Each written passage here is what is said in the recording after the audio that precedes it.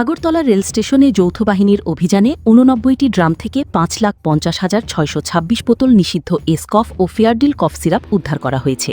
Rail পুলিশের দাবি, উদ্ধারকৃত মাদকের মূল্য প্রায় ৬.৫৪ কোটি টাকা, আন্তর্জাতিক বাজারে যার মূল্য ৮ কোটিরও বেশি। ঘটনায় কল্যাণপুর থানার বাতেখা গ্রামের বাসিন্দা সুব্রত দেবকে গ্রেফতার করা হয়েছে।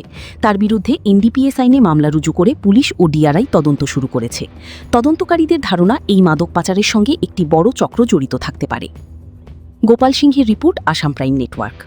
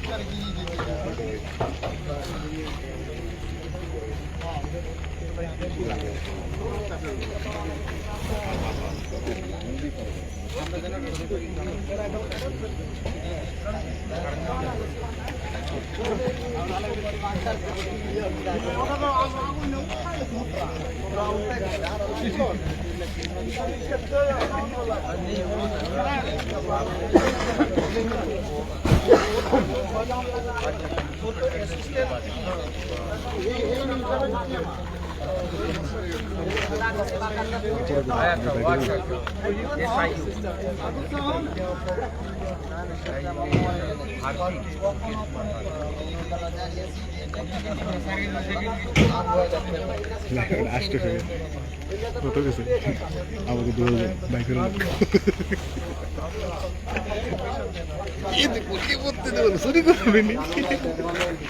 কইতাম কোনটা দিছো লাইট কেটে মারি না কোনটা দিছো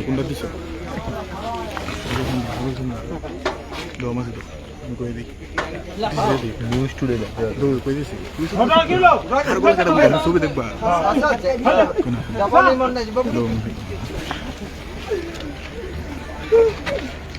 এই মুহূর্তে আপনারা দেখতে পাচ্ছেন নিউজ টুডের পর্দায় আমরা রয়েছি।